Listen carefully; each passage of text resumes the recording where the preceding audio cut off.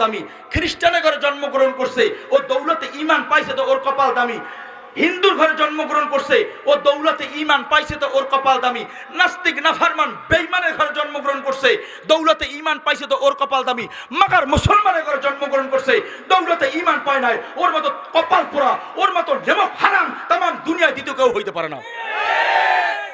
কষ্ট হইতেছে আপনাদের? তাহলে বোঝা গেল জন্ম কোনো সাবজেক্ট, জন্ম কোনো বিষয়।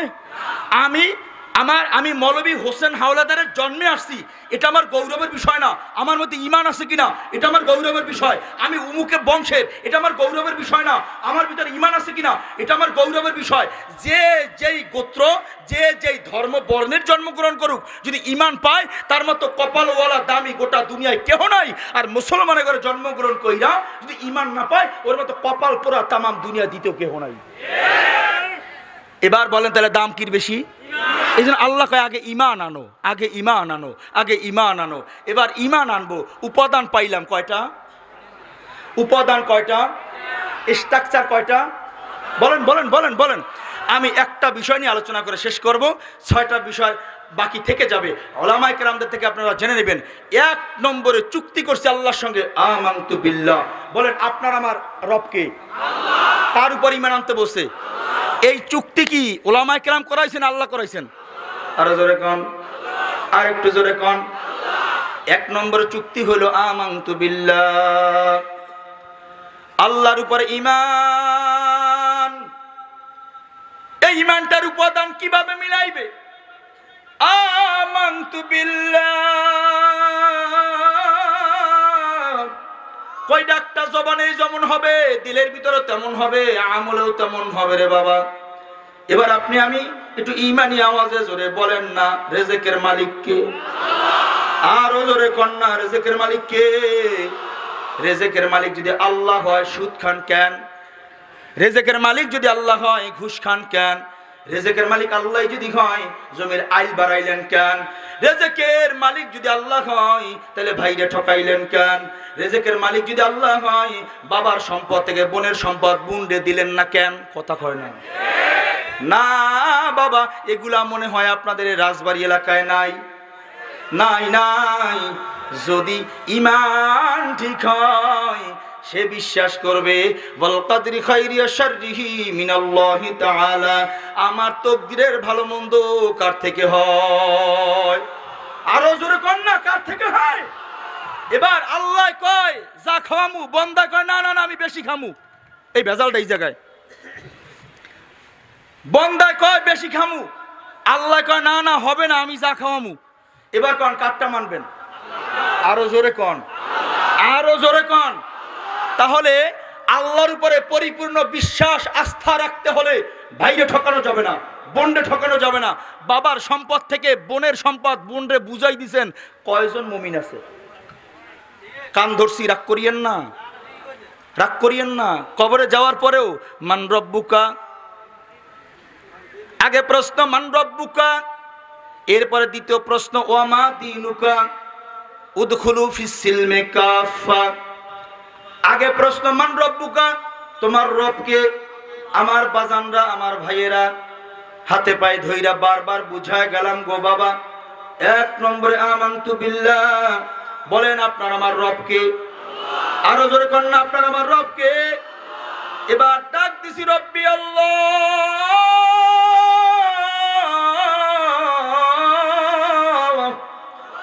আমার রব আমার আল্লাহ।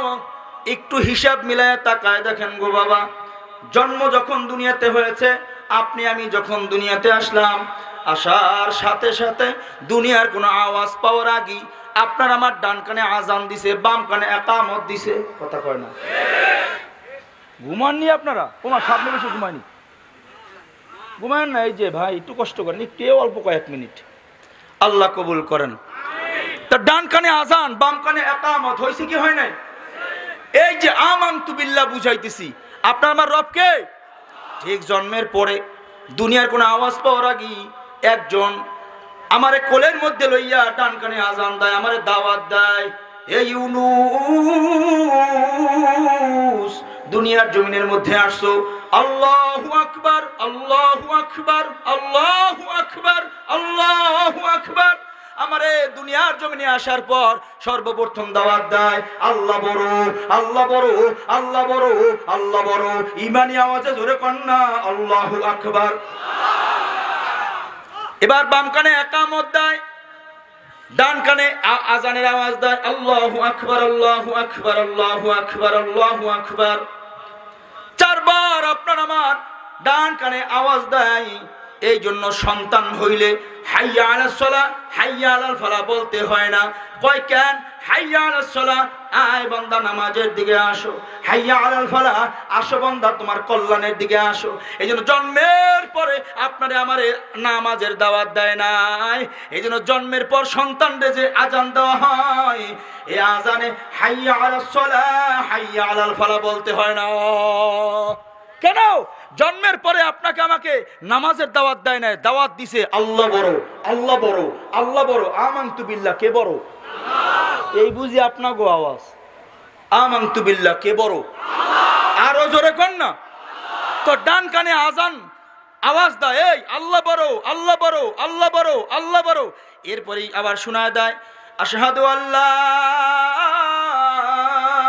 ইলাহা ইল্লাল্লাহ, সাক্ষ্য দাও আল্লাহ বাদে তোমার মাবুদ নাই। কেমনে বুঝামু, কেমনে বুঝাইলে? লা ইলাহা ইল্লাল্লাহ, লা মানি নাই, ইলা মানি ইলা, ইল্লাল্লাহ আল্লাহ ছাড়া, লা মানি নাই কেউ নাই, কিচ্ছু নাই, সব ফাঁকি, সব মিথ্যা, সব ভুয়া, লা কিচ্ছু নাই, ইলা মানি ইলা, কোনো ইলা নাই। মনে রাখতে হবে। এটা বলার উদ্দেশ্য কি? ইলার মধ্যে সব আছে। ইলার মধ্যে কথা কয় না, ইলার মধ্যে, ইলার মধ্যে মাও আকিলা, বাবাও আকিলা, ভাইও আকিলা, বোনও আকিলা, ব্যবসা আকিলা, চাকরি আকিলা, শক্তি আকিলা, সম্পদ আকিলা, আল্লাহ আকিলা। ইলার মধ্যে সব আছে। কথা বলতে গেলে সময় বেশি তো, এই জন্য দ্রুত বলতেছি, কিছু কথা ছুটে যাইতেছে। ইলার মধ্যে সব আছে, ইলার মধ্যে সব আছে।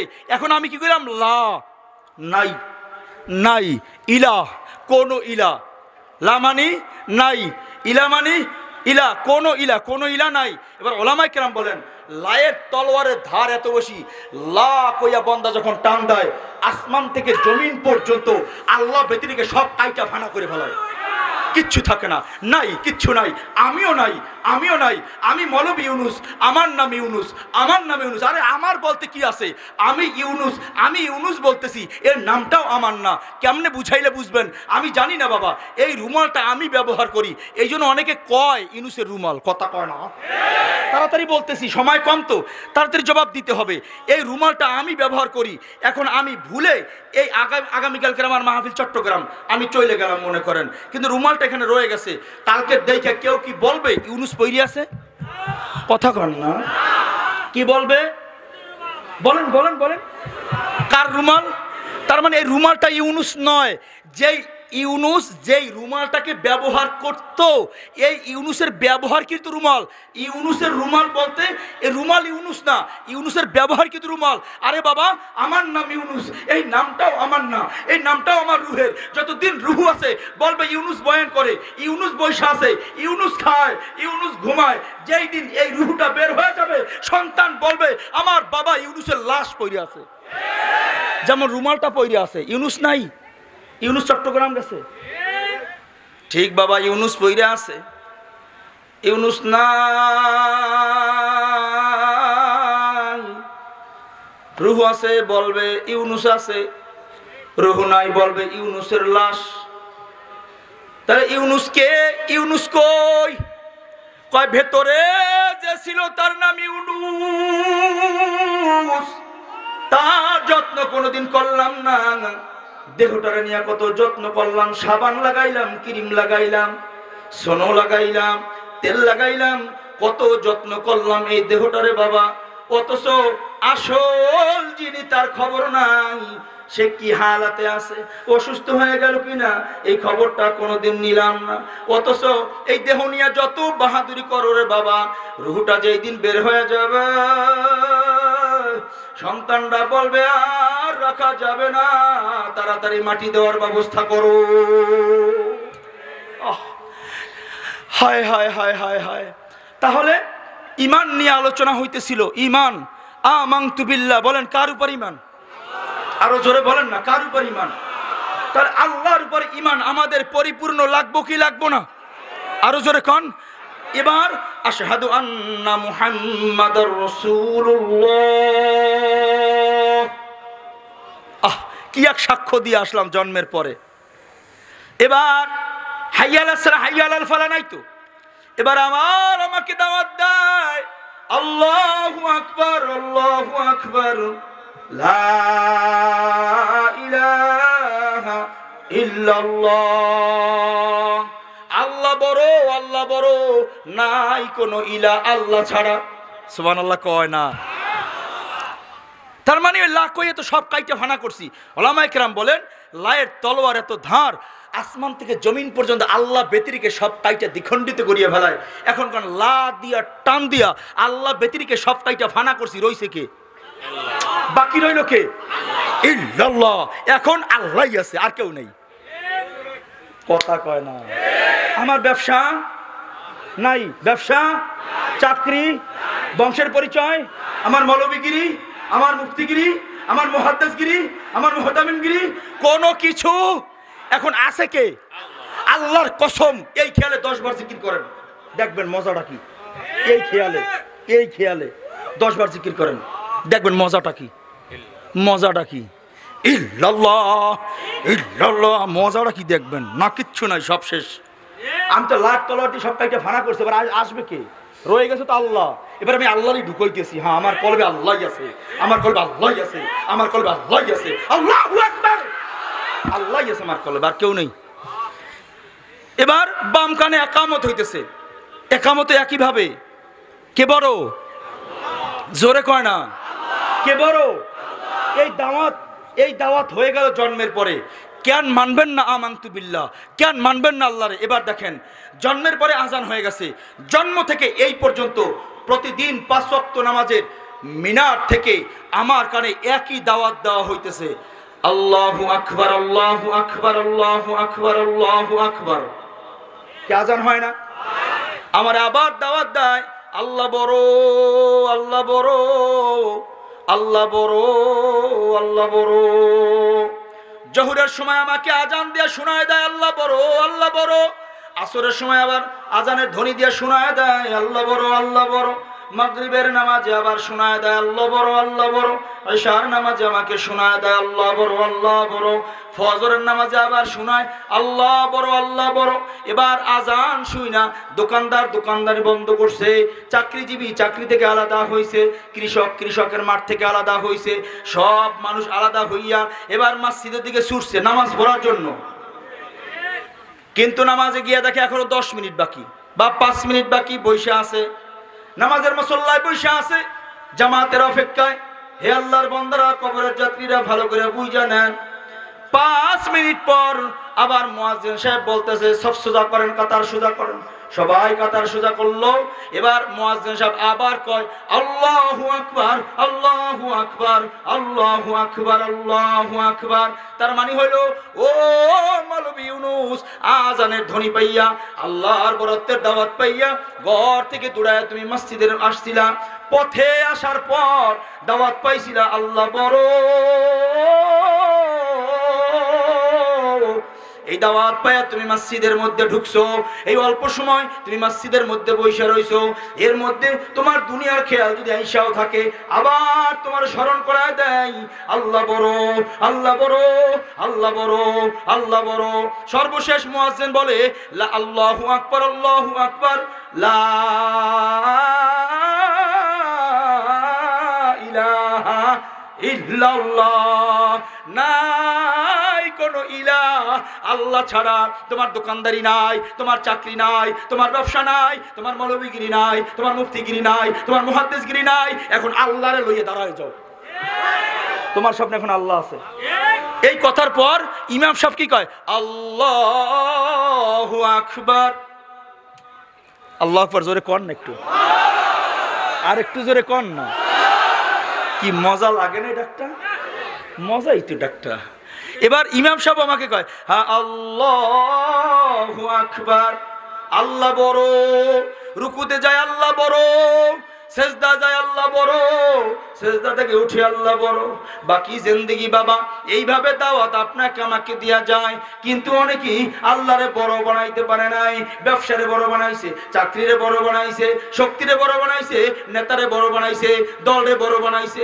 হে আল্লাহর বান্দারা, যেই দিন কাপড়ের প্যাকেট বানাইয়া, 3টা টুকরা কাপড়ের প্যাকেট বানাইয়া, যেই দিন মসজিদের খাটিয়ার মধ্যে চড়াইয়া আপনার আমার জানাজার নামাজের জন্য যখন ইমাম সাহেব লোকদেরকে জামায়াত করিয়া যখন 4টে তাকবীর দিবে, তখনও বলে আল্লাহু আকবার, আল্লাহু আকবার।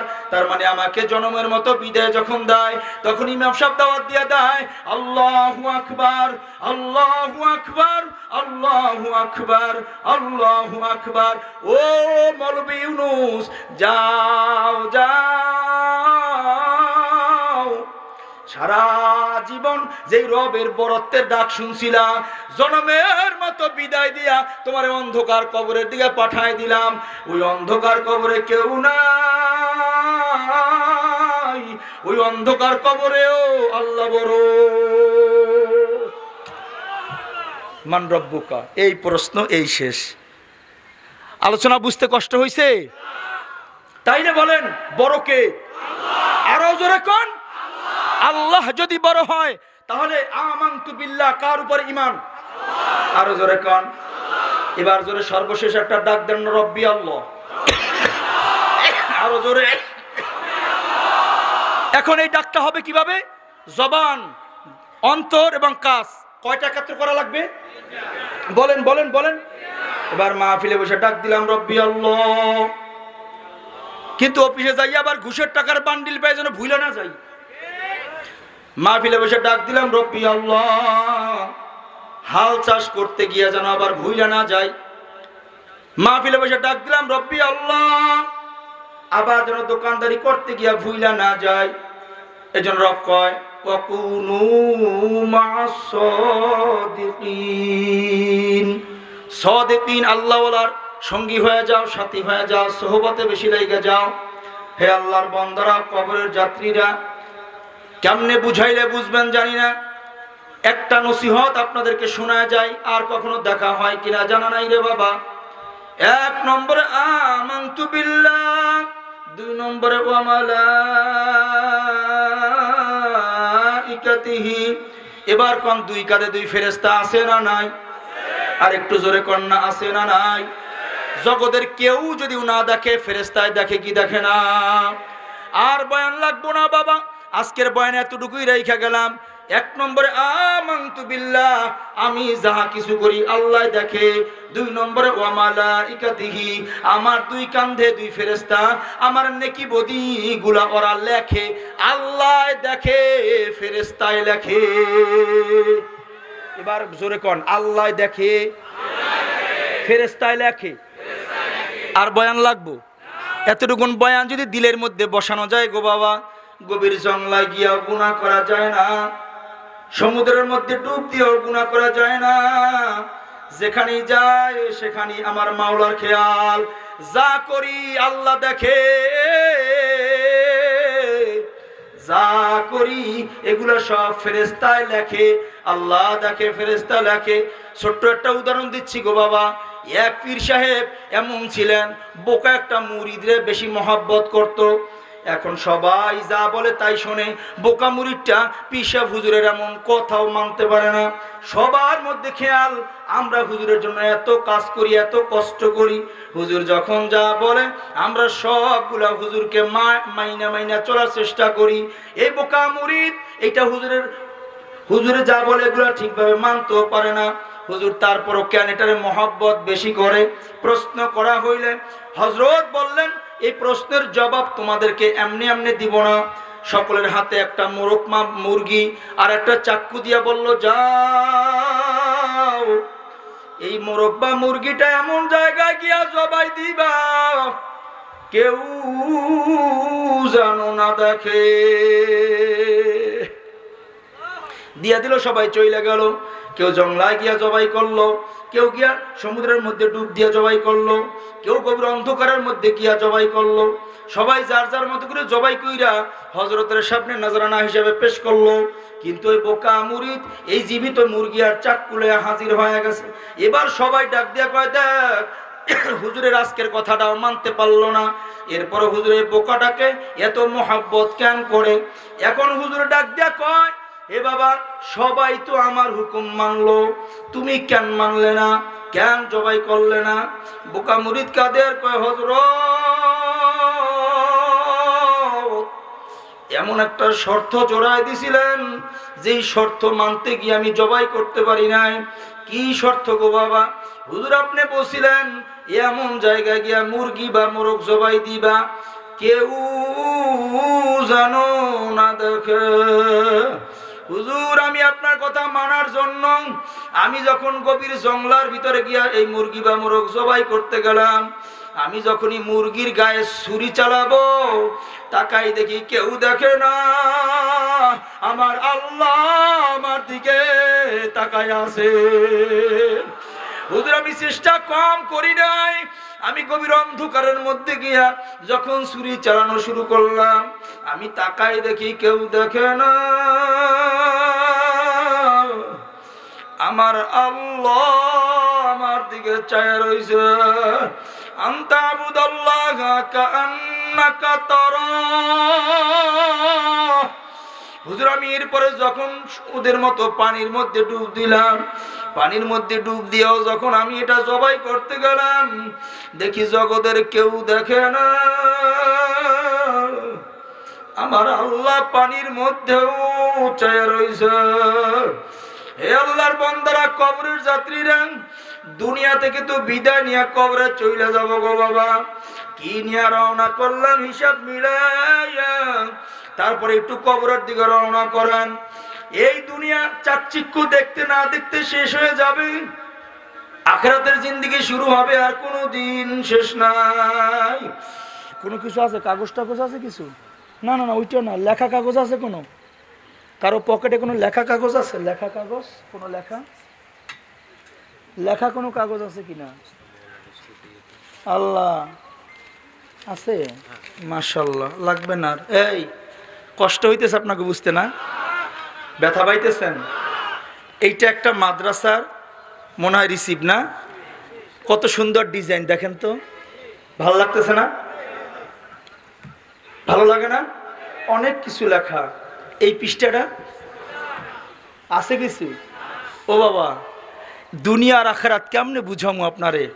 কেন ইমান মজবুত হবে না? এর নাম দুনিয়া, এর নাম আখিরাত, এর নাম দুনিয়া, এর নাম আখিরাত। আল্লাহ আল্লাহু আল্লাহ। দুনিয়াটা তো অনেক সুন্দর করে সাজাইলাম বাবা, আখিরাতের পৃষ্ঠাটা একটু উল্টায় দেখো না গো বাবা, তোমার আখিরাতের পৃষ্ঠার খবর কি? দুনিয়াতে একটা বাড়ি লাগবো, সুন্দর একটা বাড়ি বানাইয়া পৃষ্ঠাটা রঙিন বানাইলাম। দুনিয়াতে একটা গাড়ি লাগবো, গাড়ি কিনিয়া দুনিয়ার পৃষ্ঠাটা রঙিন বানাইলাম। দুনিয়াতে একটা নারী লাগবে, সুন্দর একটা নারী বিবাহ কইরা পৃষ্ঠাটা রঙিন বানাইলাম। দুনিয়াতে একটা চাকরি লাগবে, চাকরি কইরা দুনিয়াতে রঙিন বানাইলাম। আখিরাতের পৃষ্ঠার দিকে তাকায় দেখো না রে বাজান, আমার ইমানের পৃষ্ঠার অবস্থা কি গো বাবা? আমার নামাজের পৃষ্ঠার হালাত কি? আমার জিকিরের পৃষ্ঠার হালাত কি? আমার তাহাজ্জুদের পৃষ্ঠার হালাত কি বাবা? যদি আমি দুনিয়াকে সাজাইলাম, আখিরাতকে সাজাইতে পারলাম না, কাদের জন্য দুনিয়ার পিছনে পাগল হইলাম? সর্বশেষ কলবাসি বাদাল মউত, মরণ তো একদিন লাগবে, কি নিয়ে কবরে রওনা করলাম গো বাবা? যাদের জন্য এত কষ্ট, এত মেহনত, এত মহব্বত, চক্ষু দিলেটা বন্ধ করিয়া 2-3 মিনিট একটু মোরাকাবা করেন না। এই রাত্রি যেন আপনি আমি দুনিয়া থেকে বিদায় হয়ে গেলাম। কত মানুষ আসে মাহফিল শুনতে, এখান থেকে সাদা কাপড় পরে বাড়িতে চলে যায়। আমিও এখান থেকে বাড়িতে যাইতে পারবো গ্যারান্টি নাই। হে আল্লাহর বান্দা, একটু মনকে বুঝান না রে মন। আজকের রাত্র 2টা 3টার ভিতরে যেন আমি চলে গেলাম, আমি যেন বাড়িতেই ঘুমায় আছি এই অবস্থা আমি চলে গেলাম। সন্তানরা দৌড়ায় আসলো, আইসে দেখে আমি আর দুনিয়ায় নাই। বিবিও দৌড়ায় আসলো, আইসে দেখে, বিবিও তাকায় দেখে আমি আর যেন দুনিয়ায় নাই। এবার সন্তান কাঁদে আর বলে, আম্মু, আব্বু কথা বলে না। এবার নাড়া দিতেছে, সমস্ত দেহটা নড়তেছে। আখারে রাত্র 2টা বা 3টা যেন অন্ধকার রাত্র। এখন সন্তান ডাকে আর বলে, আম্মু, কাছে থেকে যাইও না,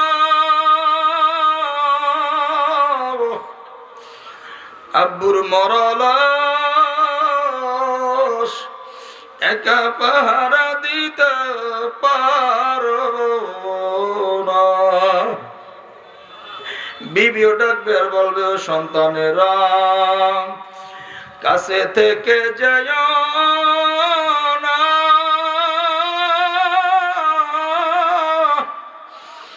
তোমার বাবার মরালাস একা পাহারা দিতে পারবো না।